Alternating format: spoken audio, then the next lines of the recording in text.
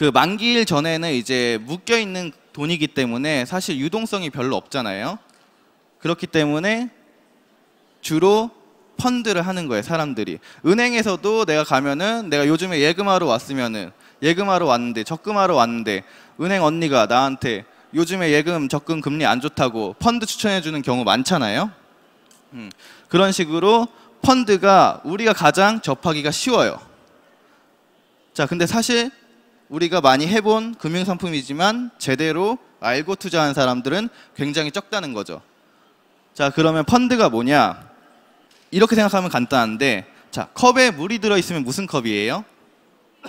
물컵이죠. 컵에 커피가 들어있으면 커피컵이잖아요. 자, 이게 펀드라고 생각을 하면 돼요. 컵이 펀드예요. 그래서 컵에다가 그 펀드에다가 채권을 사서 담아요. 그러면 채권형 펀드가 되겠죠. 주식을 사서 담아요. 그럼 주식형 펀드가 되는 거예요.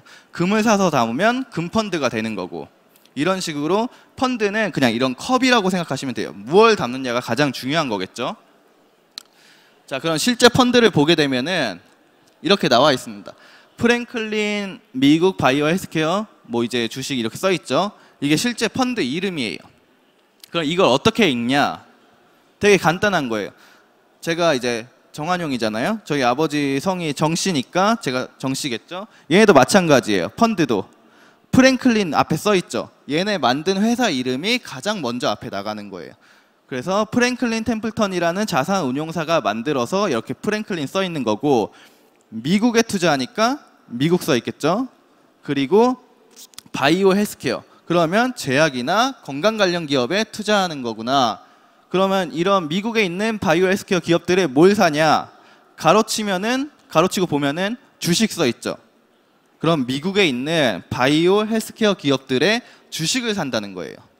만약에 가로치고 채권이 써 있으면은 미국에 있는 바이오 헬스케어 기업들의 채권을 산다는 거겠죠. 이런 식으로 생각하시면 되고, 뒤에 클래스 C 써 있죠. C는 후치형 수수료를 말하는 거예요. 그러니까 클래스 C, 뭐 A, 뭐 S 이렇게 써 있는 게 수수료 체계를 말하는 거거든요. A는 선치, C는 후치, 뭐 이런 식으로 생각을 하시면 됩니다. 그런 종합해서 보면은 프랭클린 템플턴 자산운용사가 만들고 운용하는 펀드고, 미국에 있는 바이오 헬스케어 기업들의 주식을 사는 펀드입니다. 그리고 클래스 C니까 수수료는 나중에 떼는 체계고, 이렇게 펀드는 이름 안에 대부분의 특징이 다 나와 있어요. 그래서 이렇게 보시면 되게 간단한 거죠. 이 정도만 알고 해도 내가 어떤 펀드를 투자하는지 알 수 있죠.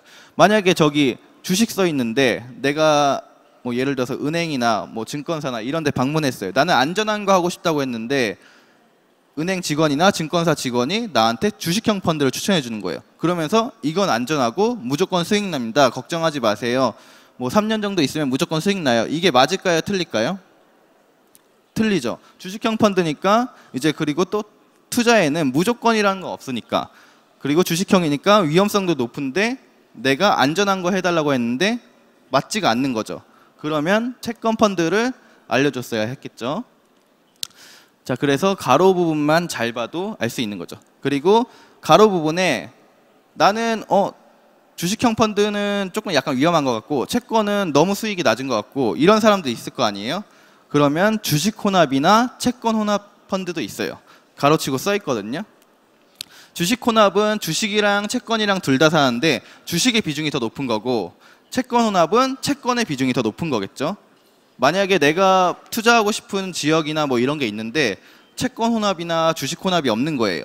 그럼 나는 100만 원을 투자하고 싶었으면은, 주식 혼합을 하고 싶었으면은 내가 주식형 펀드를 그냥 70만 원 하고 채권형 펀드를 30만 원 하면은 내가 어느 정도 주식 혼합형 펀드를 만든 게 될 수도 있는 거죠.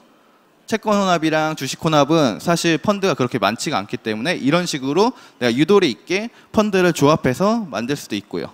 그리고 아까 채권을 왜 얘기해 드렸냐면은 채권 펀드 때문에 그래요. 채권 펀드. 채권 펀드가 사실 굉장히 좋거든요. 근데 사람들이 채권 펀드라고 하면은 수익도 잘 안 나고 채권 자체를 아예 잘 모르니까 이렇게 생각하는데, 연평균 수익률을 보면은 20년간 글로벌 이제 투자 적격 펀드, 채권 펀드를 보면은 연평균 수익률이 거의 5%예요. 그리고 높을 때는 10% 정도 되고, 그리고 20년 동안 채권 펀드가 손해 난 적은 딱 2번밖에 없어요. 2번밖에 없는데 그 손해 난 것도 마이너스 2% 수준으로 굉장히 낮고, 2년 동안 만약에 내가 채권 펀드를 투자했다 그러면은 20년 동안 채권 펀드가 손해 난 적은 한 번도 없어요. 그렇기 때문에 채권 펀드가 연평균 수익률 5% 정도로 굉장히 지금의 예적금 금리보다는 더 상당히 높은 수익을 추구할 수 있으면서도 굉장히 안정적이란 거죠.